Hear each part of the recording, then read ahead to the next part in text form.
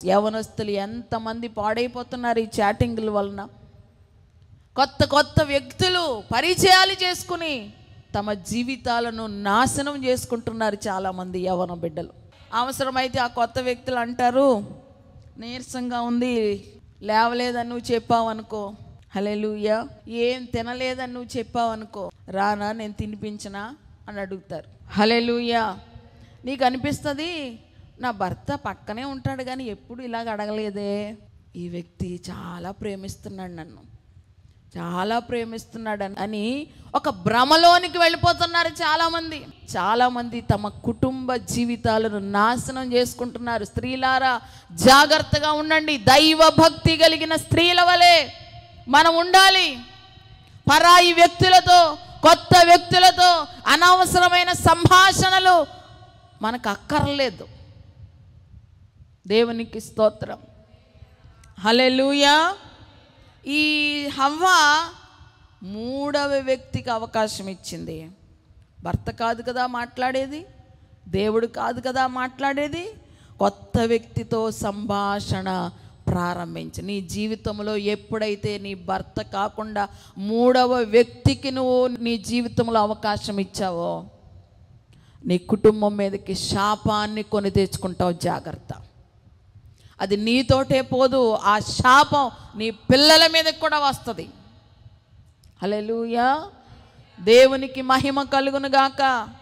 చాలా జాగ్రత్తగా ఉండాలి స్త్రీలు. కొత్త వ్యక్తులతో, పరాయి పురుషులతో చాలా జాగ్రత్త కలిగి ఉండాలి, మాట్లాడాలి.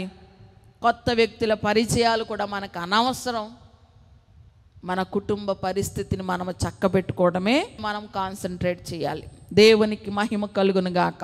సరే, సంభాషణ కొనసాగించింది. ఇప్పుడు సంభాషణ కొనసాగించిన తర్వాత ఆ సర్పం చెప్పింది, ఈ తోటలో దేని చెట్ల ఫలములైనవి తినొద్దన్నారా అని అడిగితే వెంటనే జవాబిచ్చింది, అవును, ఈ తోటలో ఉన్న చెట్ల ఫలంలో మీరు చావుకున్నట్లు తినకూడదని, ముట్టకూడదని దేవుడు చెప్పాడు అని చెప్పగానే ఇప్పుడు అపవాది మరలా అంటుంది కదా, మీరు చావనే చావరు. రిప్లై ఇస్తుంది అపవాది, మీరు చావనే చావరు. ఎప్పుడైతే చావనే చావరు, మీరు దేవతల వలె అయిపోతారు అని అపవాది చెప్పిందో, ఈ హవ్వ అపవాది మాటను నమ్మింది, అపవాది మాటకు లోబడిపోయింది.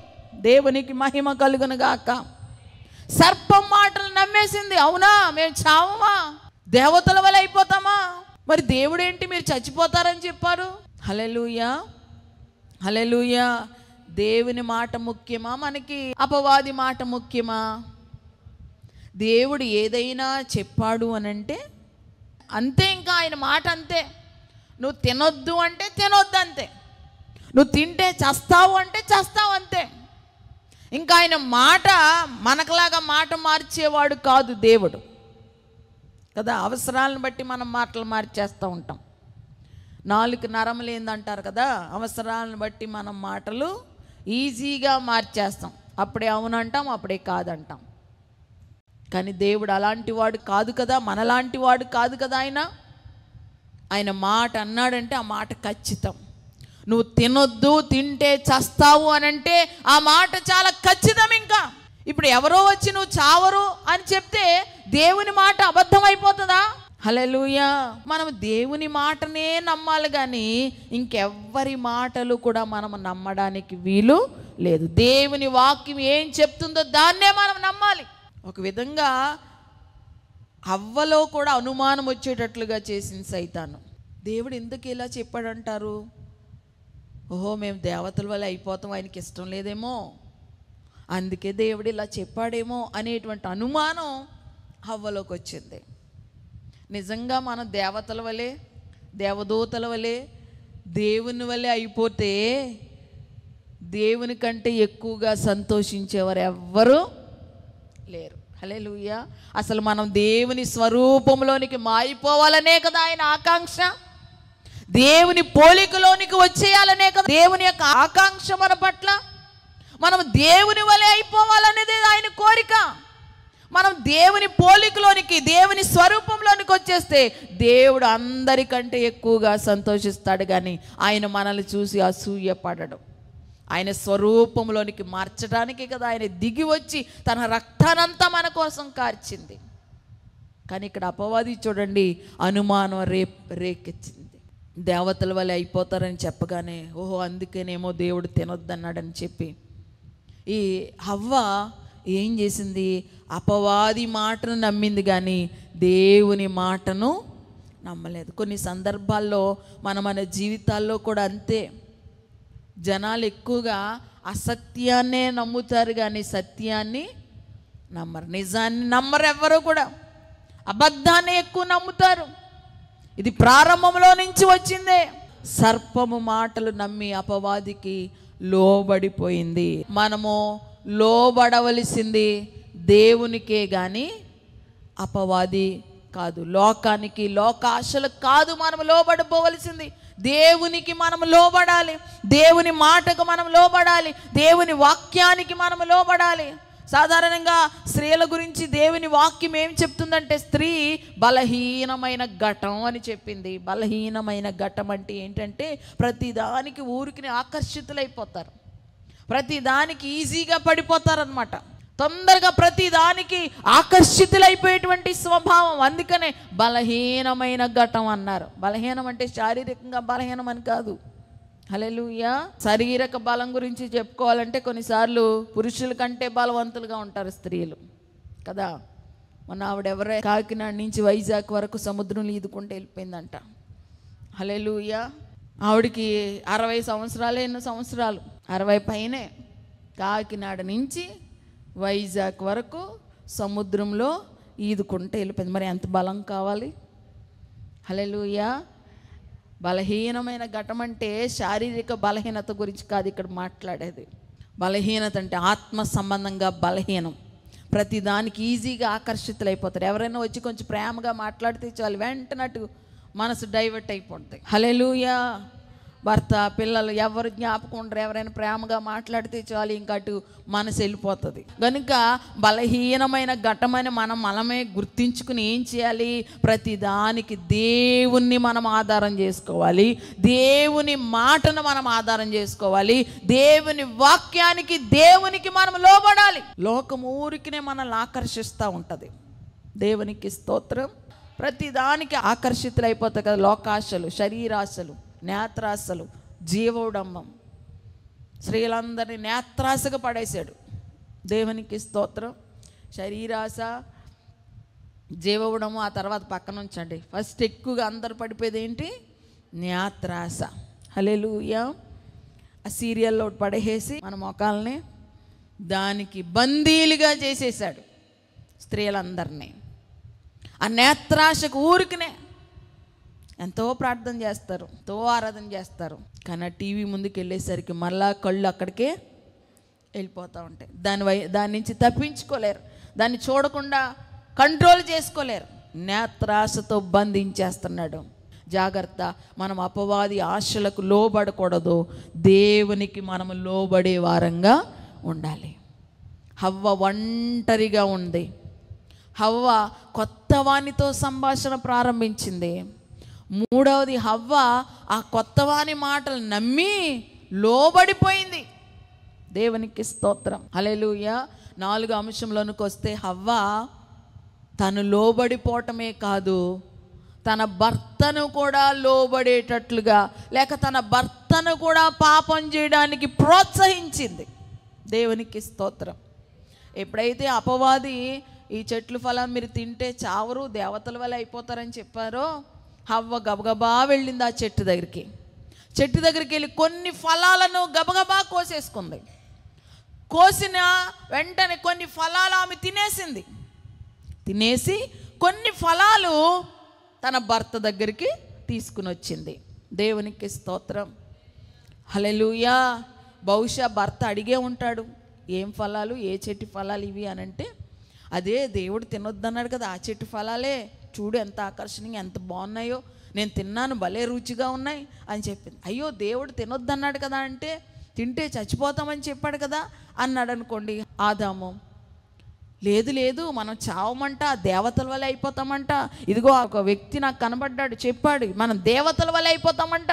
చూడు ఇదిగో నేను తిన్నాను, చచ్చిపోయానా అని చెప్పి మనం దేవతల వల్ల అయిపోతాం, చావం అని ప్రోత్సహించి తన భర్త కూడా తినేటట్లుగా చేసింది. వెంటనే అవునా, నిజమేనా, చావమా, నిజమే, నువ్వు తిన్నా బాగానే ఉన్నావు అని చెప్పి ఏం చేశాడు, తను కూడా ఆ చెట్ల ఫలాలను తిన్నాడు. దేవునికి స్తోత్రం, హల్లెలూయా. ఇప్పుడు తినిన వెంటనే తన భర్త కూడా తిన్న తర్వాత ఇప్పుడు వారి నేత్రాలు తెరవబడ్డాయి. దేవునికి మహిమ కలుగును గాక. నేత్రాలు తెరవబడి ఇప్పుడు వారు దిగంబరులమని గుర్తించి గబగబా చెట్ల చాటుకు వెళ్ళి దాక్కున్నారు. అప్పుడు వరకు వారు దిగంబరులుగా లేరు. దేవుని మహిమ వాళ్ళని కమ్మేసి ఉంది, దేవుని ప్రభావం వాళ్ళని కమ్మేసి ఉంది. వారు బట్టలు లేకపోయినా మహిమ వాళ్ళని కమ్మేసి ఉండడం వల్ల దిగంబరులుగా వారు లేరు. కానీ ఎప్పుడైతే దేవుడు చెయ్యొద్దన్న పని చేశారో, దేవుని ఆజ్ఞను అతిక్రమించారో, మహిమ వారిని వదిలి వెళ్ళిపోయింది. దేవుని ప్రభావం వారి దేహాల్లోంచి వెళ్ళిపోయింది. దేవుని ప్రభావం ఎప్పుడైతే వెళ్ళిపోయిందో వారు దిగంబరులమని గుర్తించారు. గబగబా చెట్ల చాటుకు వెళ్ళి ఆ ఆకులతో తమ శరీరాలను కప్పుకుంటా ఉన్నారు. హల్లెలూయా, దేవునికి మహిమ కలుగును గాక. తన భర్తను పాపం చేయడానికి ప్రోత్సహించింది హవ్వ. స్త్రీలమైన మనము మన భర్తలను మంచి చేయడానికి మనము ప్రోత్సహించే వారంగా ఉండాలి, కానీ చెడు చేయడానికి ప్రోత్సహించే వారంగా మనం ఉండకూడదు. దేవునికి సంబంధించిన కార్యాలు చేయడానికి మనము ప్రోత్సహించాలి. దేవునికి ఇష్టం లేని పనులు, ఆయాసకరమైన పనులు చేయడానికి మనము ప్రోత్సహించకూడదు. పాపం చేయడానికి, అవిధేయమైన పనులు చేయడానికి మన భర్తలను మనము ప్రేరేపించేవారుగా ఉండకూడదు. హల్లెలూయా. భర్త ఇంటికి రాగానే ఇదిగో పలానా ఆవిడిలా ఉంది, పలానా ఆవిడిలా ఉంది, వాళ్ళు ఎలా అంటే నన్ను ఊరుకుంటావా, వెళ్ళు వాళ్ళ మీద దెబ్బలాటికి అని పురికొల్పి దెబ్బలాటికి పంపించే వాళ్ళు ఉంటారు కొంతమంది. హల్లెలూయా. నన్ను అంత మాట అంటే మీకేం అనిపించట్లేదా, మీరు అలా ఊరుకుంటారా, వెళ్ళండి అని పురికొల్పి ఫైటింగ్ని ఎక్కువ చేసే స్త్రీలు ఉంటారు. మనం అలా ఉండకూడదని వాక్యం ఈరోజు మనకి జ్ఞాపకం చేస్తూ ఉంది. దేవునికి స్తోత్రం. బైబిల్ గ్రంథంలో అననీయ సపీరాలు మనకు కనబడతారు. ఈ అననీయ సపీరాలు కలిసి దేవునికి విరోధమైన పని చేశారు. వాళ్ళిద్దరు ఏకీభవించారు చేయడానికి ఆ పని. ఏంటి, వాళ్ళు మొక్కుకున్న దాన్ని అంతా చెల్లించుకోకుండా కొంత దాచుకుందాం అనేటువంటి ఆ ప్రేరేపణకు వాళ్ళిద్దరూ ఏకీభవించారు. పోనీ భర్త మనం ఇలా మొక్కుకున్నాం కదా, అంతా ఇవ్వద్దులే, రేపన్నాక మనల్ని ఎవరు చూస్తారు, కొంచెం మనం దాచుకుందాం అన్న వెంటనే భార్య ఏమనాలి, లేదు లేదు మనము అంతా ఇచ్చేస్తామని మొక్కుకున్నాం కాబట్టి అంతా ఇచ్చేయాలి, మనం దాచుకోవడానికి వీల్లేదు అని చెప్పాలి. అంతేగాని ఈమెం చేసింది, అవునవును రేపన్నాక మనల్ని ఎవరు చూస్తారు కాబట్టి మనం కొంచెం దాచుకొని కొంచెం ఇద్దాం అని భర్త ఆలోచనకి ఏం చేసింది, ఏకీభవించింది. పోనీ ఈ ఆలోచన ఈ స్త్రీయే ఇచ్చిందనుకో, ఈ స్త్రీ ఆలోచనకి భర్త ఏకీభవించాడు. వాళ్ళిద్దరూ అలా ఏకీభవించి దేవునికి ఇష్టం లేని పనిని, ఆ మొక్కుబడిని కరెక్ట్గా చెల్లించకపోవడం వలన వాళ్ళిద్దరూ దేవుని సన్నిధిలో ప్రాణాలు పోగొట్టుకున్నట్లుగా, ప్రాణాలు విడిచినట్లుగా మనం చూస్తూ ఉన్నాం. దేవునికి స్తోత్రం. భర్త అంటూ ఉంటాడు, మీటింగ్లు జరుగుతూ ఉన్నాయి కదా, కానుకలు ఇద్దాం అన్నారు అనుకోండి, 5,000 ఇద్దాం అన్నారనుకోండి, భర్త వెనక్కి లాక్కూడదు అనమాట. నువ్వు 5,000 ఎందుకు, 2,000 ఇవ్వండి చాలులే. కొంతమంది లాగుతూ ఉంటారు వెనకాల, ఇచ్చే విషయంలో ఇవ్వనివ్వరు. హల్లెలూయా. భర్తలు ఇద్దామన్నా సరే ఇవ్వనివ్వరు కొంతమంది స్త్రీలు. దేవుని పనికి ఇచ్చే విషయంలో నీ భర్తను నీవు ప్రోత్సహించాలి.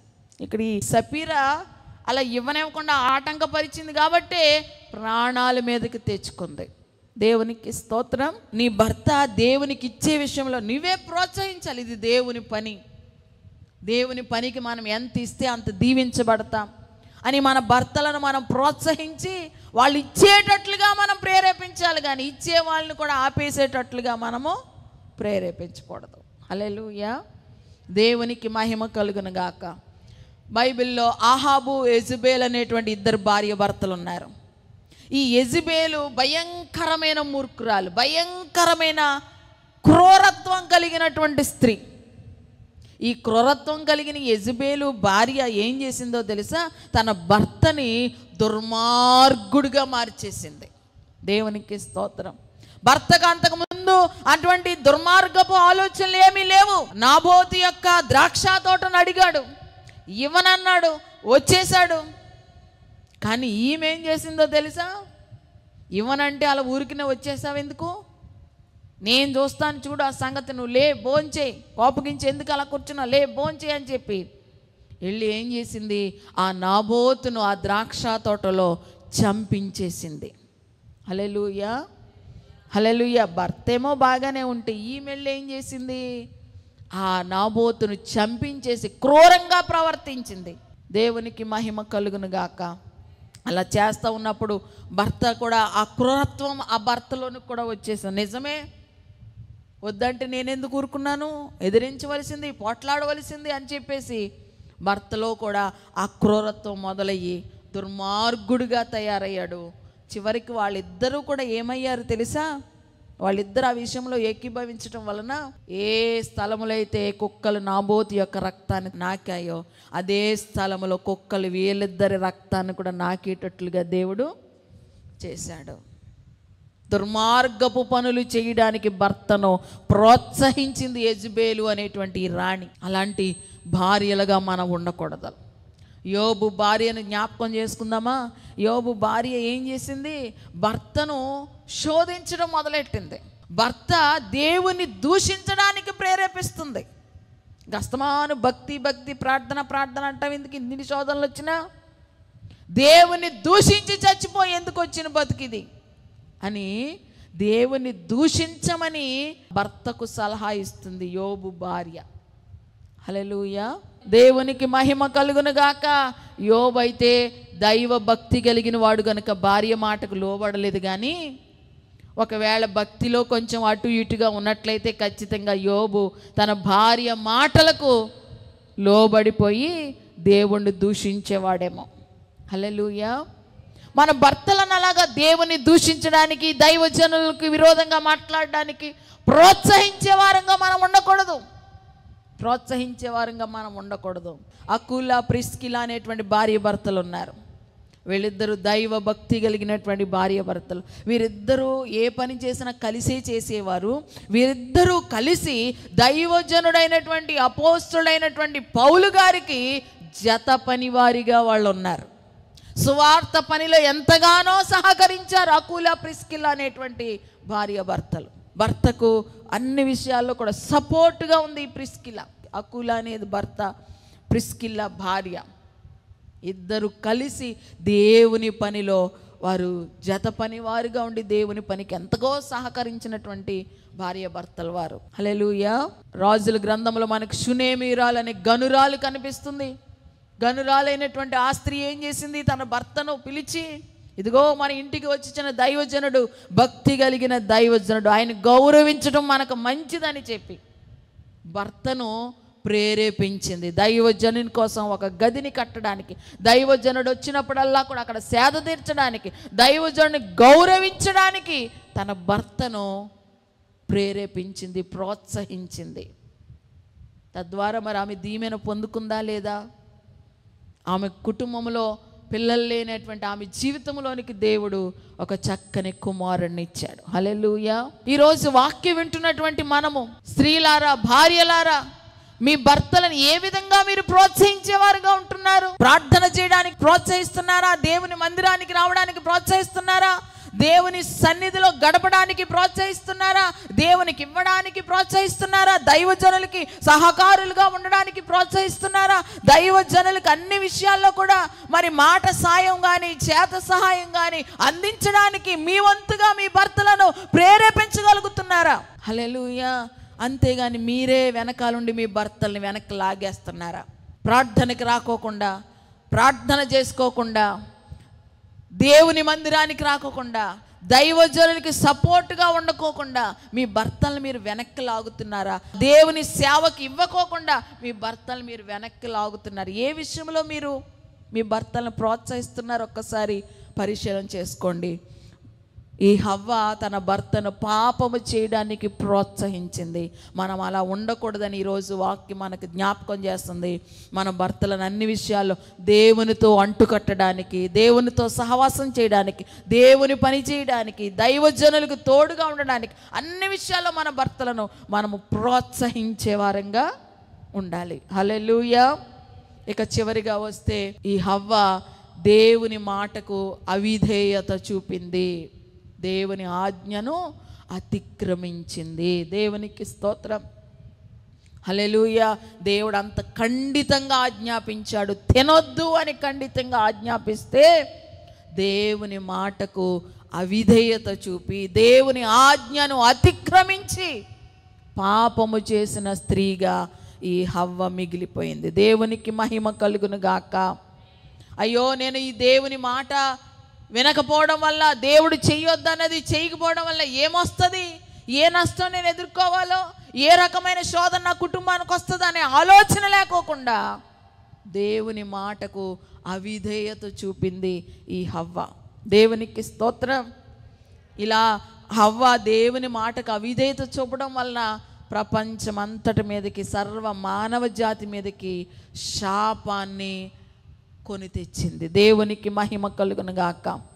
ఆమేన్. ప్రపంచాన్ని శాపితకరమైనటువంటి పరిస్థితుల్లోనికి నెట్టివేసింది ఈ హవ్వ చేసినటువంటి పని. దేవునికి మహిమ కలుగును గాక. మన జీవితాల్లో కూడా అంతే. దేవుని మాటకు మనం విధేయతకు చెప్పకపోతే, దేవుని మాటకు మనం లోబడకపోతే, ఆయన చెప్పింది చెప్పినట్లుగా మనం చేయకపోతే మన జీవితాల్లోనూ కూడా ఇటువంటి శాపకరమైన పరిస్థితులు మనం కొని తెచ్చుకుంటాం. జ్ఞాపకం చేసుకోండి. దేవునికి స్తోత్రం. విచిత్రం ఏంటంటే ఈ లోకములో దేవుడు సృష్టించిన సృష్టి అంతా దేవుని మాటకు లోబడుతుంది, కానీ మనిషి మాత్రమే దేవునికి లోబడట్లేదు. హల్లెలూయా. గాలికి ఆజ్ఞాపిస్తాడంటే దేవుడు, గాలి ఇటువైపుగా వీ అంటే వెంటనే గాలి అటువైపుగా వస్తుంది. సముద్రానికి ఆజ్ఞాపించాడు, నీ పొలిమేర అక్కడే, ఇసుక వరకే, దాన్ని దాటి ముందుకు రాకు అని దేవుడు దానికి ఆజ్ఞాపించాడు. ఎప్పుడు వచ్చేద్దామన్నట్టుగా వస్తుంది, కానీ మళ్ళీ అక్కడి నుంచి వెనక్కి వెళ్ళిపోతుంది. దేవుని ఆజ్ఞ. సృష్టిలో శూన్యంలో ఎన్నో గ్రహాలు ఉన్నాయి. గ్రహాలన్నీ కూడా ఒక కక్షలో తిరుగుతూ ఉంటాయి. దేవుడు వాటికి చెప్పాడు, ఈ కక్షలోనే మీరు తిరగాలి అని చెప్పాడు. అదే కక్షలో అవి తిరుగుతూ ఉన్నాయి. దేవుని మాటకు అవి లోబడతా ఉన్నాయి. అన్నీ లోబడుతున్నాయి, కానీ మనిషి మాత్రమే దేవునికి లోబడట్లేదు. దేవునికి లోబడకపోవడం వల్లనే ఇన్ని అనర్థాలు మనం కొని తెచ్చుకుంటున్నాం. కనుక అలా ఉండొద్దు. దేవుని మాటకు మనం లోబడదాం. దేవునికి స్తోత్రం. ఇక చివరిగా నేను అంటాను, కొంతమంది అనుకుంటూ ఉంటారు, అయ్యో అవ్వా, నువ్వు చేసిన ఈ పని వల్లనే కదా మాకు ఇంత శాపం వచ్చింది అని హవ్వమ్మని తిట్టుకుంటా ఉంటారు.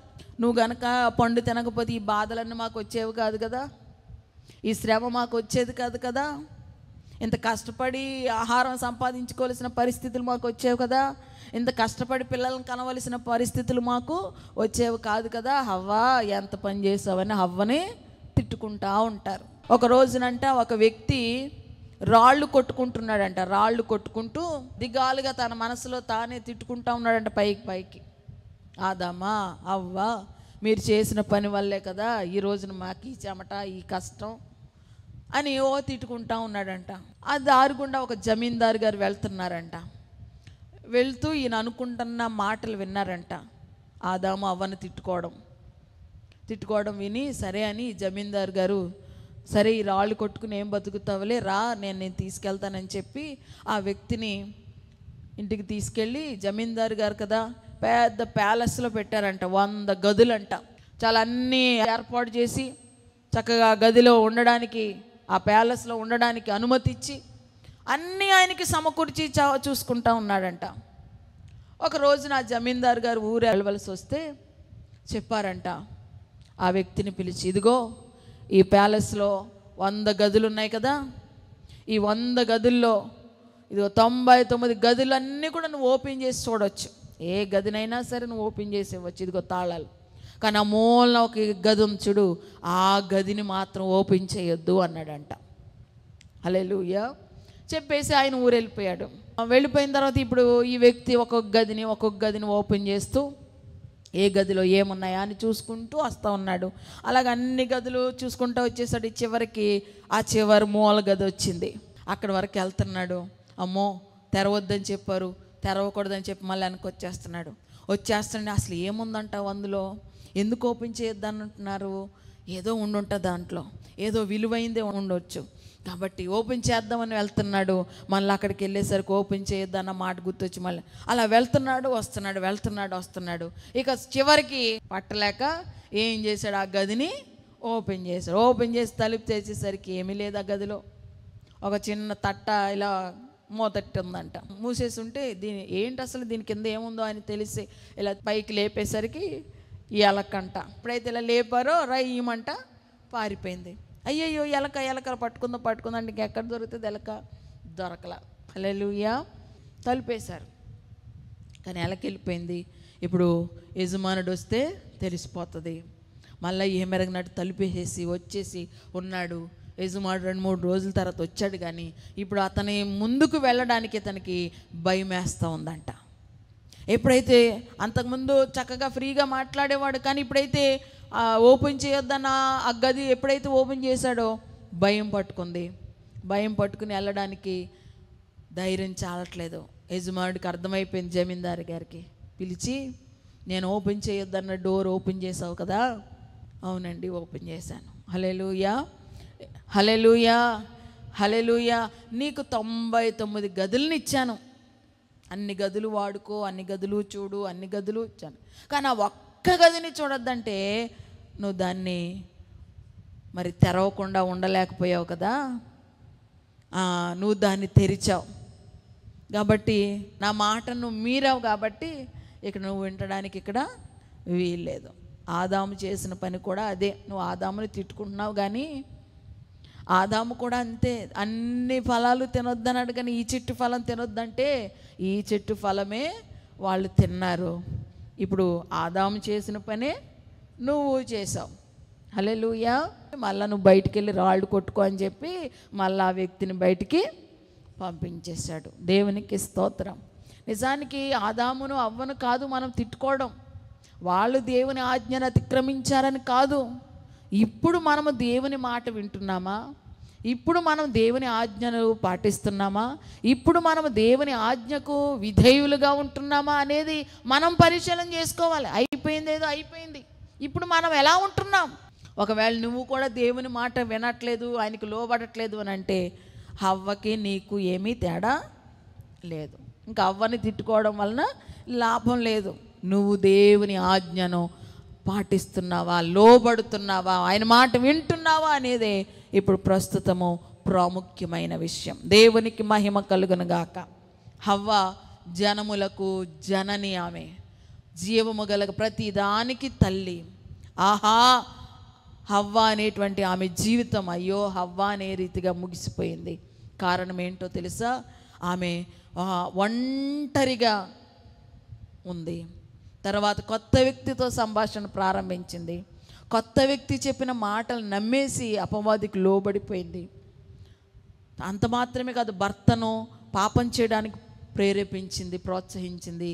తర్వాత దేవుని మాటకు అవిధేయత చూపింది. ఈ పనుల వలన, ఇలా చేయడం వలన ఆమె మరి సర్వ మానవ జాతి మీదకి కూడా శాపాన్ని తీసుకుని వచ్చింది. దేవునికి స్తోత్రం. హల్లెలూయా. మరి దేవునికి లోబడి దేవుని మాట వినేటువంటి దైవ భక్తి కలిగిన స్త్రీల వలె మనం ఉంటూ మన కుటుంబాలకి ఆశీర్వాదాన్ని తెచ్చుకుందాం. అటువంటి కృప పరిశుద్ధాత్మ దేవుడు మనందరికీ అనుగ్రహించును గాక.